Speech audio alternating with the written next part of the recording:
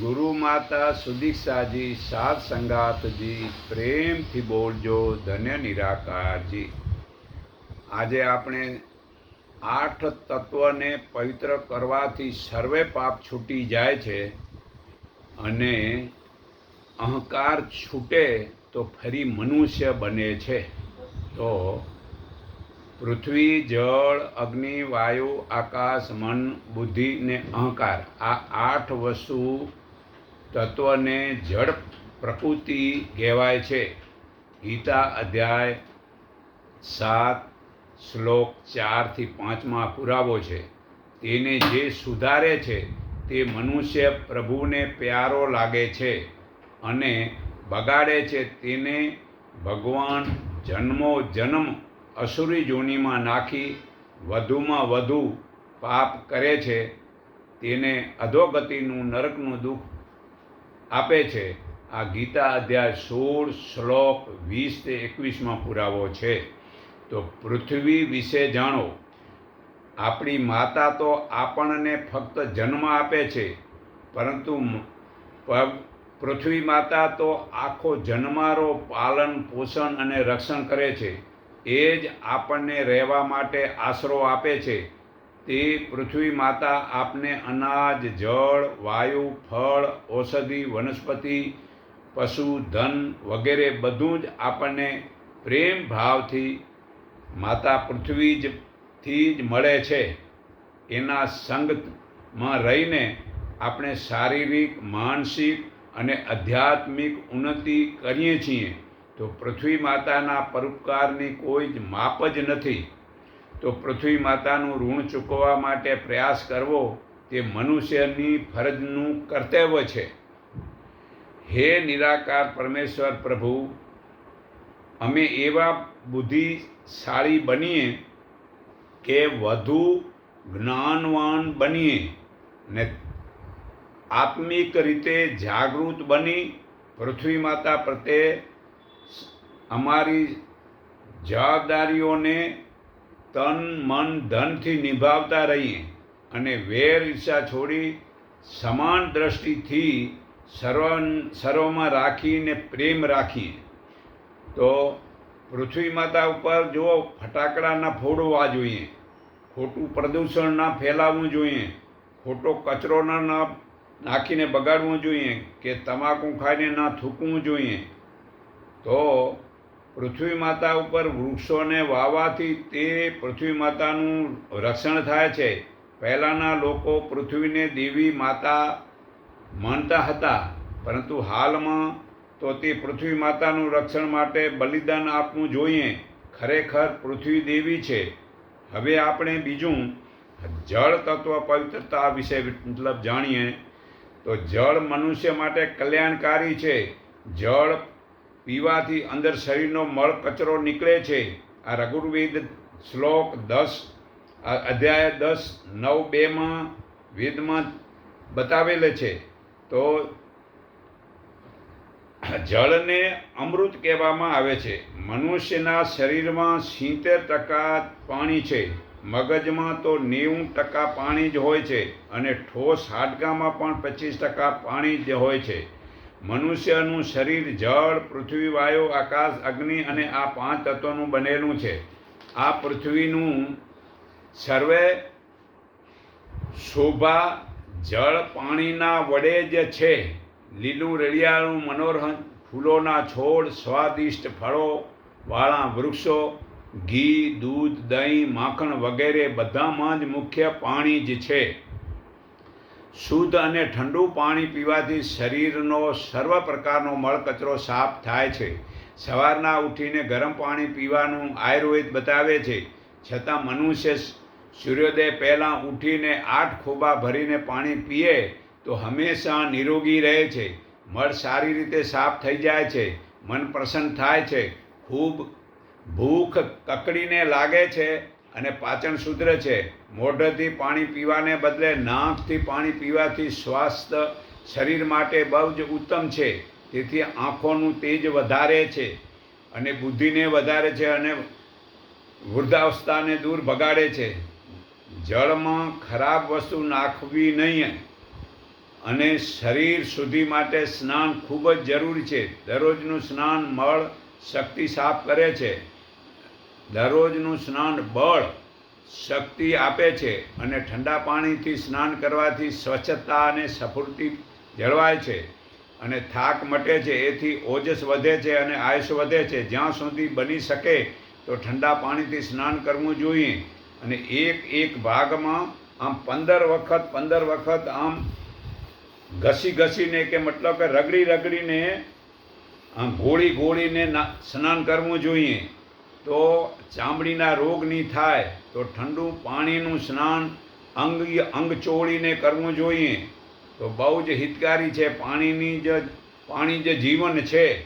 હવે આપણે અગ્નિ પવિત્ર કેમ રહે તે વિશે આપણે જાણીએ. તો અગ્નિ હોમ પણ કરવો જોઈએ. બ્રાહ્મણ માટે જળ, દર્ભ, પવિત્રતાઓ તથા તલ, મેવો, સાકર અને ઘી હવનમાં અવશ્ય લેવું અને અગ્નિ હોમ કરવો. મનુસ્મૃતિ પાના નંબર 65-211 પુરાવો છે. વળી અગ્નિ ન હોય તો જ્ઞાની મનુષ્ય જ અગ્નિ છે. અગ્નિના અભાવે મનુષ્યના હાથમાં આહુતિ આપવી. કેમ કે જે અગ્નિ છે તે જ જ્ઞાની બ્રાહ્મણ જ અગ્નિ છે. આ મનુસ્મૃતિ પાના નંબર 65-212 પુરાવો છે. તો હવે આટલા માણસો અગ્નિહોમ ન કરી શકે. કેને અગ્નિહોમ ન કરવો જાણો.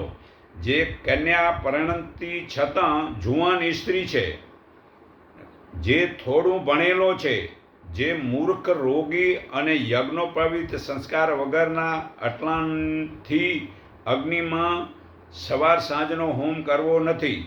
આ મનુસ્મૃતિ પાના નંબર 257-36 પુરાવો છે. છતાં આવું સમજે નહીં ને અગ્નિહોમ કર્યા જ રાખે.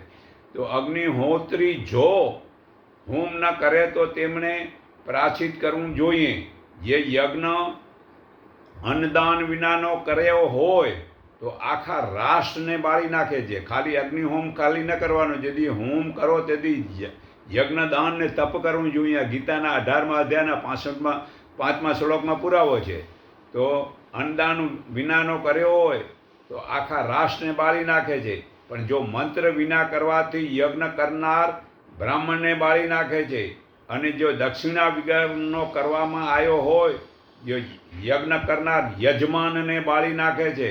આમ કોઈ પણ શરીરના અંગની ખૂટ ખાપણવાળા યજ્ઞ ન કરવો. વળી જે અગ્નિહોત્રી બ્રાહ્મણ જાણીને સવાર સાંજ અગ્નિહોમ ન કરે તેને 1 મહિનો ચંદ્રાયણ વ્રત કરવું. કેમ કે હોમ ત્યાગે એ પુત્રની હત્યા એટલે પુત્રને માર્યા બરાબર સમાન છે. આ મનુસ્મૃતિ પાના નંબર 257-41 પુરાવો છે. તો જે અગ્નિમાં ખોટી વસ્તુ નાખવી નથી અને પગોને તપાવવા નથી, દેવતાઓને ખાટલા નીચે રાખવા નથી, તે અગ્નિને ઓળંગવી નથી, તેને પગ તળે કરવો નહીં. આ મનુસ્મૃતિ પાના નંબર 79-54 શ્લોકમાં પુરાવો છે. કારણ કે અગ્નિનું અપમાન થાય છે. તો આવા અગ્નિના અપમાનથી બચો. હવે અગ્નિ વગેરે સામે મળમૂત્ર કરવું નહીં. આ મનુસ્મૃતિ પાના નંબર 79-52 પુરાવો છે. પણ આવું સમજે નહીં તે માણસો જે છે ને અગ્નિના સામે, ચંદ્રના સામે કે બ્રાહ્મણ, ગાય અને જ્ઞાની એટલાની સામે મળમૂત્ર કર્યા જ રાખે છે. તો આવું જે જ્ઞાની પુરુષો ગાયની સામે મતલબ કે મળમૂત્ર કરવાથી બુદ્ધિ બગડે છે. તો અંધારામાં કે છાંયડામાં મરજી પડે તેમ મોઢું રાખીને કરી શકાય, અથવા સંકટ સમયે મરજી પડે તેમ મુખ રાખીને મળમૂત્ર કરી શકાય. પાના નંબર 79-51 મનુસ્મૃતિમાં પુરાવો છે. તો યજ્ઞમાં અર્પણ કરવું તે પણ બ્રહ્મ છે. હોમવાનો પદાર્થ બ્રહ્મ છે. બ્રહ્મરૂપ અગ્નિમાં બ્રહ્મરૂપ થયેલું તે પણ બ્રહ્મરૂપ જ છે. આમ કર્મને લાગતી બધી જ બાબતોને જે બ્રહ્મ ભાવે સ્થિર રહે છે તે બ્રહ્મને જ પામે છે. આ ગીતા અધ્યાય 4-24 પુરાવો છે. તો હવે આપણે પવન દેવને પવિત્ર કરવા વિશેનું જાણીએ. તો સવારના વહેલા ઉઠવાથી, પ્રાણાયામ કરવાથી પિતા, ભાઈ અને મિત્રના જેટલું સુખ આ પવન દેવ આપે છે. તો સવારે સૂર્ય ઉગી જાય ને સૂતો રહે તો તેને પાપ લાગે છે. યાદ રાખજો આજથી. તેને એક દિવસ ઉપવાસ રાખવો અથવા 100 મંત્ર ગાયત્રીના જપવા. આ મનુ સમૃદ્ધિ પાના નંબર 39 220 પુરાવો છે, નોંધ રાખજો. તો પ્રાણાયામ શ્રેષ્ઠ તપ છે. પૂરક, કુંભક અને રેચક વડે કરેલા 3 પ્રાણાયામથી ઇન્દ્રિયોના પાપોના દોષો બળી જાય છે. આ મનુ સમૃદ્ધિ પાના નંબર 127 70 થી 71 શ્લોકમાં પુરાવો છે. તો શ્વાસ ચલાવવો નથી, પણ ચાલતા શ્વાસ ઉપર ધ્યાન રાખવાનું છે. શ્વાસોશ્વાસ પ્રત્યે ધ્યાનમાંથી હટી જાય તો મનમાં વિચારો આવે છે. શ્વાસોશ્વાસનું ધ્યાનથી નિરીક્ષણ કરવાથી અંતર્મુખી બની આંખોને બંધ કરીને તમામ શરીરને બને તેટલું ઢીલું કરીને બેસો. બહારના ભોગોને અંતઃકરણમાં ચિતર્યા વિના આંખોની દ્રષ્ટિને આમ ભ્રકુટીની વચ્ચે સ્થિર કરીને નાકની અંદર ચાલતા પ્રાણ તથા અપાનને સમાન કરી તેણે ઇન્દ્રિયો, મન અને બુદ્ધિને વશ કર્યા છે. તેમજ જેના ઈચ્છા, ભય, ક્રોધ નાશ થયો છે, એવો જે સાધક મોક્ષની સાધનામાં તત્પર રહે છે તે સદા મુક્ત જ છે. આ ગીતા અધ્યાય 5 શ્લોક 27 થી 28 પુરાવો છે. તો શ્વાસોશ્વાસ જોતા રહો. યતન કરતાં કરતાં ધીમે ધીમે ફાવટ આવી જશે ને તમારું મન અને શરીર શાંત અને હળવું થવા લાગશે અને જ્ઞાન થાય તે અનુભવ કરો. હવે પછી જે 72 કલાક પછી દ્રષ્ટિને નાભીમાં લઈ જવાથી ત્યારે જે ઓજસ નીકળે છે તે શુદ્ધ ચેતન આત્માના તરંગની ઉર્જાના ઓજસથી શરીરનું કવચ બનશે. તે કવચથી જગતના 3 પ્રકારના દુઃખ મળશે. આ છે સાચી સેવા. તમે તન મનથી સેવા કરો છો. તેથી મોટી સેવા આ જે છે ને, પ્રાણાયામ કરીને નાભીમાં જશો અને ત્યાંથી જે ઓજસ નીકળશે એ મોટી સેવા છે. તો પવન તત્વને હવે આપણે પવિત્રતા કરવા વિશેનું સમજી.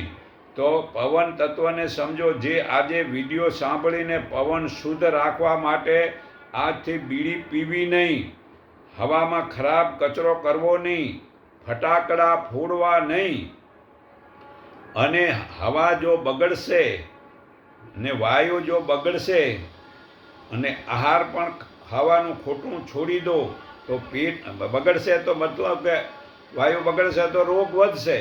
તો આહાર ખાવાનું છોડી દો તો પેટથી જે ગુંદા વડે ગેસ, જે ખોટો આહાર, જે વાયુ કરે એવો ખોટો આહાર ખાવાનું છોડી દો. જે ગુંદા વડે ગેસ ઓછો નીકળશે ને શ્વાસમાં કાર્બન ડાયોક્સાઇડ ખરાબ ઓછું થશે. અને વૃક્ષો વાવો તો વૃક્ષો પ્રાણવાયુ ઓક્સિજન આપશે. તેથી હવા શુદ્ધ થશે અને કાર્બન ડાયોક્સાઇડ એ વૃક્ષો લેશે તો હવા પવિત્ર થશે. તો વૃક્ષ વધુ વાવો.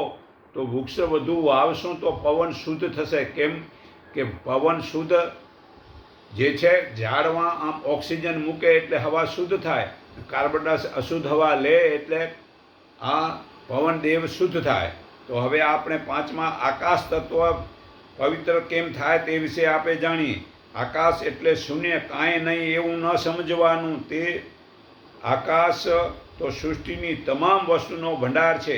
અને તે આકાશ તમારા જે શરીરમાં 3 ભાગે વહેંચાઈને રહેલું છે. એક નાભીમાં, બીજું હૃદયમાં ને ત્રીજું આ બ્રહ્મરુદ્ર માથામાં છે. તો ઓમકારના 5 અંગો છે. શ્વાસોશ્વાસમાં ઓમકાર પ્રગટે છે. તેમાં મન મેળવવાથી જ્ઞાન થાય છે અને તે જ્ઞાન વડે જ ઈશ્વરની ઓળખાણ થાય છે. કારણ કે ઈશ્વર જ્ઞાન સ્વરૂપ છે. ઓમકાર એ ઈશ્વરનું સ્વરૂપ છે અને તે દરેક શ્વાસે પ્રગટ થાય છે જ. હવે ફક્ત તે ઓમકારને જ ધ્યાનથી જો જોશો તો વિશ્વ બધું તમારી નજર સામે જ પ્રગટ થશે. તે માટે મૌન, એકાંત અને ઉપવાસની ખાસ જરૂર પડે છે. થોડું કરો પણ પાકું કરો વીરા. થોડુંક ખાઓ પણ ચાવીને ખાઓ કે પાચન સુધરે. ધ્યાન પણ ભલે થોડું જ કરો પણ સમજણ સાથે કરો. વળે અનુક્રમે પૃથ્વી, જળ, અગ્નિ, વાયુ અને આકાશ એમ પણ છે. તે બીજી રીતે ઓમકારના 5 અંગો છે. જે બ્રહ્માજી, વિષ્ણુ, મહેશ, માયા અને ચેતન, એવી જે રીતે ત્રીજી રીતે મન, બુદ્ધિ, ચિત્ત, અહંકાર ને આત્મા છે, એ તો નિરાકાર ઈશ્વરને શોધવા તે બધા 5 રીતે સમજવાના છે. તો હવે જે નિરાકાર ઈશ્વરને શોધવા નીકળેલો, હે મુસાફરો, તમોને ચાલતા ચાલતા જેટલા જડ અને ચેતન પદાર્થો નજરે દેખાય છે, તે દરેકને નિરાકાર ઈશ્વરના સાકાર સ્વરૂપ સમજીને આગળ ચાલતો જઈશ, ત્યારે નિરાકાર ઈશ્વરનું જ્ઞાન થશે. કારણ કે સાકારનો સંગથી જ જીવાત્મા સદગુરુ વિના નિરાકારનું જ્ઞાન થતું જ નથી. આકાશ તત્વથી શરૂ થઈને હવે પૃથ્વી તત્વ સુધી પહોંચેલો હે મનુષ્ય, તું પાછો વળ અને હવે તારી મૂળ જગ્યામાં આકાશમાં સ્થિર થા. ત્યાં તારું મૂળ સ્વરૂપ દેખાશે અને શાંતિ પ્રાપ્ત થશે. હવે છઠ્ઠું, મન પવિત્રતા કરવા માટેનું આપે હવે સમજી. તો મન તત્વ વિશે જાણો. મનને નાભીમાં અંતર્મુખ કરો. આત્મા સાથે જરાક અડાડો કે તરત જ આત્મામાં રહેલી શક્તિના ઝરણા એટલે કે જોરથી બહાર આવશે. તે તરંગો તમારી આજુબાજુના દુઃખને, અજ્ઞાનને આત્માના પ્રકાશથી, જ્ઞાનથી આનંદની પ્રાપ્તિ થશે. બીજું, મન એ જ મંત્ર છે. આપણું શરીર એક યંત્ર છે. મનનું સ્થાન નાભીમાં છે. હવે જ્યારે આખા શરીરમાં પુરાયેલા મનને નાભીમાં જ કેન્દ્રિત કરીએ છીએ, ત્યારે તે નાભીમાંથી ઉત્પાદન થતા શ્વાસોશ્વાસમાં જ ભળે છે. ત્યાં તેને ઓમકાર અને તેની રચનાનું સાચું જ્ઞાન થાય છે. અને જે મેળવવા જેવો જ્ઞાનનો પ્રકાશનો આનંદ છે, તે આત્માથી જ મળે છે. હવે આવું જાણીને ક્યાં સુધી બહારના યંત્રો અને શરીરને મંત્ર એટલે કે મનને શોધ્યા કરશો? શરીર મનની અંદર છે અને મન આત્માની અંદર છે. માટે આત્મામાં શરીર રહેલું છે. એ ખાસ વાત એ છે કે એક જ આત્મા સર્વે સૃષ્ટિના જળ ચેતન બધા જ શરીરમાં રહેલ છે. જો મનની 2 બાજુ છે, તેમાં એક બાજુ તેની દ્રષ્ટિ ઇન્દ્રિયોના વિષયો તરફ જાય છે. તેથી ઇન્દ્રિયોનું બળ ખતમ થવાથી તો તે જરૂર દૈત એટલે કે રાક્ષસ બનીને દેવતા મટી જાય છે. તેના માટે મૌન, એકાંતને ઉપવાસ કરવો જરૂરી છે. તે સિવાય જ્ઞાન થતું નથી. જ્ઞાન આધ્યાત્મિક દ્રષ્ટિથી થાય છે. હવે બીજી રીતે જોઈએ મનની, તો મનની દ્રષ્ટિ વિષયો તરફ જવાથી દૈત બની જાય છે. તો સાંખી, હવે સાંભળો. મન દિયા તેને સબ દિયા, એ મન દિયા તેને સબ દિયા, મન કે સાથ શરીર અબ દેવન કો કુછ નહીં, કહ ગયે સંત કબીર. હવે ભજન. મેરુ રે ડગે જેના મનડા ડગે નહીં, પાનબાઈ બલને ભંગી પડે બ્રહ્માંડ રે. તન મન દે જેને આપીને રે દીદાને, નામનો રાખ્યો આધાર રે. એકાંતે બેસીને અલખ આરાધે પાનબાઈ, વાલો પધારે તેને દ્વાર રે. તો મનને સાથે ન ચાલીએ, મન કા મતા અનેક, પણ જે મન ઉપર ચાલે તે તો લાખોમાં એક. જેણે મનવશ કર્યો નથી તેને માટે યોગ મુશ્કેલ છે, પણ વનવશ કરેલા મનવાળાને પ્રયત્ન કરો, મનુષ્ય ઉપાયથી તેને પ્રાપ્ત કરી શકે છે. આવું પ્રભુનું માનવું છે. ગીતા અધ્યાય 6:26. તો મનમાંથી વેર ઈર્ષા છોડી સમાન ભાવની દ્રષ્ટિ વર્તન કરવાથી તેમણે અહીં જ જન્મ મરણરૂપી સંસારને જીવતા જ તજી દીધો છે. કારણ કે ભગવાન નિર્દોષ છે અને સમાન છે. તેથી તે સમદર્શી મનુષ્ય બ્રહ્મમાં જ સ્થિર રહેલો છે. ગીતા અધ્યાય 5:19 પુરાવો છે. તો મન 2 પ્રકારનું છે. એક શુદ્ધ અને બીજું અશુદ્ધ.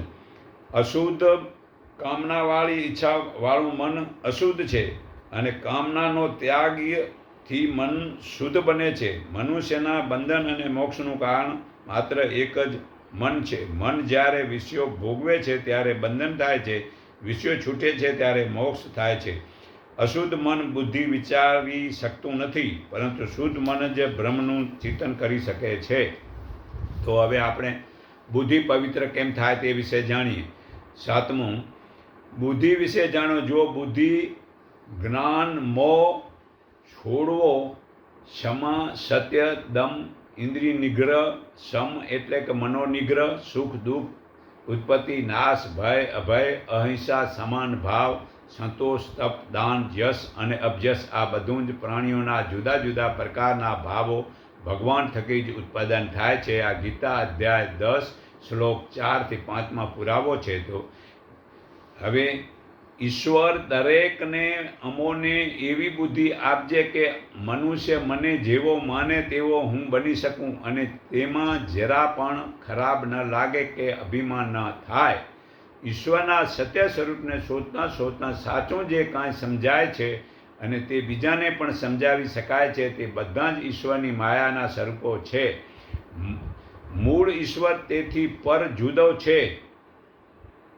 પૂર્ણ સત્ય સ્વરૂપનું જ્ઞાન થવાથી જ વાણી મૌન થઈ જાય છે અને બુદ્ધિની બજાર પણ બંધ થઈ જાય છે. છતાં આ બધું જ તમને દેખાય છે તે તમારી સાધનાનું ફળ છે અને તમને યાદ કરાવી આપે છે કે ચૂપ થઈ જા, મૌન થઈ જા, ચૂપ થઈને ચાલ્યો જા. હજુ તો આવું ઘણું જ છે, છતાં પણ એક વાત નક્કી યાદ રાખજો કે દ્રષ્ટિથી દેખાય છે તે પૂર્ણ આનંદ મળતો નથી. પૂર્ણ દ્રષ્ટિ, દ્રશ્યને દ્રષ્ટામાં ઈશ્વરમાં સ્થિર થવું એ જ પૂર્ણ આનંદ છે. કેવળ ઈશ્વરની દયાથી જ બને છે. માટે સાધનાને અંતે તો કેવળ ઈશ્વરની દયા માગવાની જ હોય છે. તો બુદ્ધિ પવિત્ર થાય છે.